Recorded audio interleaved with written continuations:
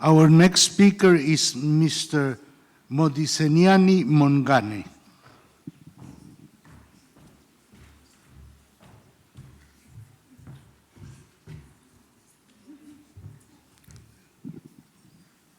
Okay. Good morning. I don't see the thing that you have to press to change, but I will just request.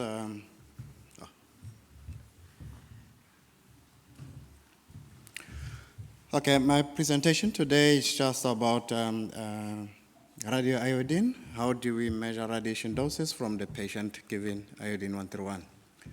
As we know, iodine 131 treatments for those for the misbehaving thyroid.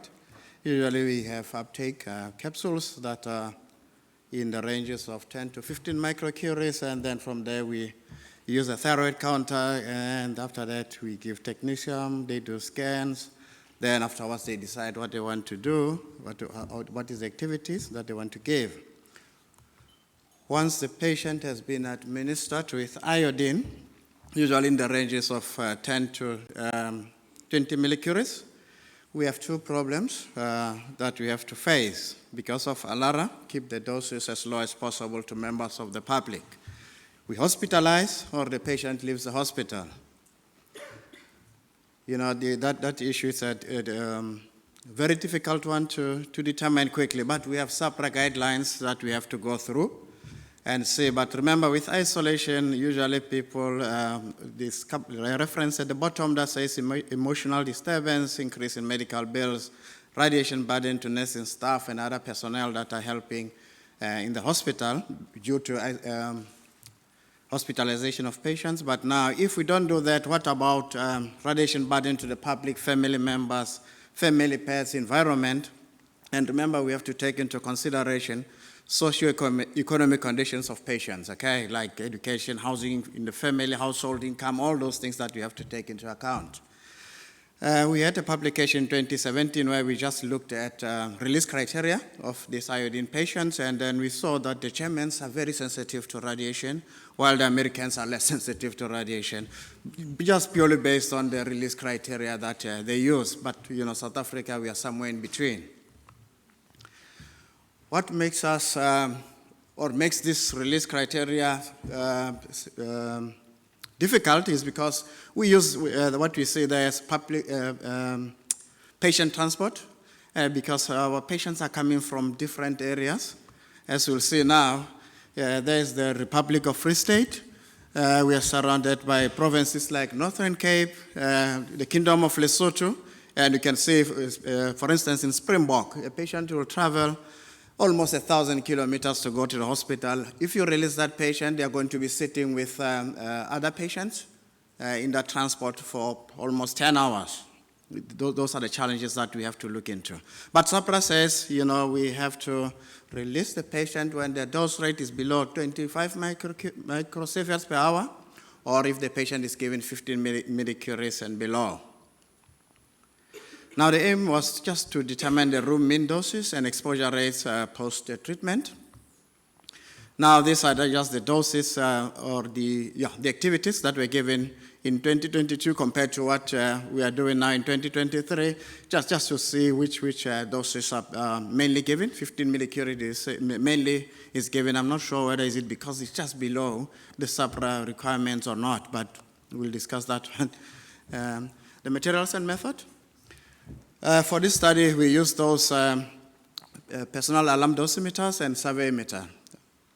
Okay, what we do with those personal alarm dosimeters, we put them in an envelope where the patient is in isolation room. We put it close to the patient head, you know, based on the bed orientation, so that it's closer to the patient head. And the patient is freely to move in a 3x3 room. 3 meter by 3 meter, there's no much to, you know, you cannot run away from those dosimeters, okay? And then afterwards, remember, with that survey meter, what we do, we measure the dose rate at 1 meter from the patient, and then which means the study is in two parts. One is just to take a room dose, and then the radiation dose from the patient. Okay, I just try to separate the activities. We have 11, 12, and that, and I just try to see what is the mean dose from the room in iodine patients, And remember, we had the study included about 100 patients. And then in 2022, you can see the mean dose, for 15 millicurie was about 632. But remember, that value is for approximately 18 hours. That dosimeter will stay there for 18 hours in the patient room. And then the distribution for 15 millicurie in 2023, remember now the patient is about 33 that we have currently. It was around almost 350 microsieverts in 18 hours, okay? Now, the average dose comparison for 2022, it was around 500 to 400 approximately when you compare the two, which means the doses are very, very close to each other. The patient in a room in 18 hours will give approximately 500 microsieverts in 18 hours if you stay with the patient for 18 hours. And remember, I said the patient is free to move around, but the dosimeter is stationary. Now, with dosimeters, what we do, usually we have, after giving the patient iodine, we measure the dose rate at 1 meter and at 0.3 meter. And then the next day we do the same, because remember, we are looking at 25 microsievert per hour. Now we see, if you measure the dose rate at 0.3, remember it more or less represents what the patient's situation will be in a patient transport.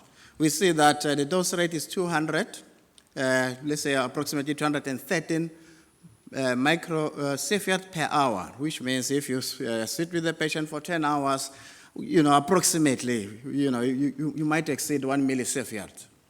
That SAPRA says per members of the public, you can get 1 millisievert per year.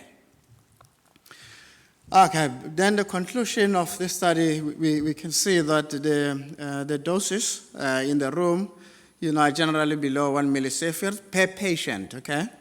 Many variables are used in determining what the doses will the nursing staff and the family members, because remember, if this patient is in a room with a nurse or maybe family members when they get home, we see that the value that those family members will get will be less than 1 millisievert. The socioeconomic condition of the patient is very important, because remember, some of these patients, when they go back home, they don't have, or they share rooms or sleeping rooms with other family members. Those are the things that we have to take into consideration. Passengers in patient transport need attention, because remember, if I am irradiated without me knowing that there's a radioactive patient in the transport, do you see it's unethical to do that, because we have to declare that I'm radioactive, please just mind me, okay? And then the debate is needed for patient-specific treatment, because remember, everyone else is talking about patient-specific medicine and all those. We have to look into these patients as well, because of those socioeconomic conditions, and SAPRA has to come on board to say, what do we do? Because purely using numbers, we saw even at 25 microsievert per hour, somebody going from Republic of Bloemfontein to Northern Cape, it's going to take 10 hours, especially in Springbok. The other public is going to be exposed. I would like to acknowledge those people from nuclear medicine and medical physics. Thank you.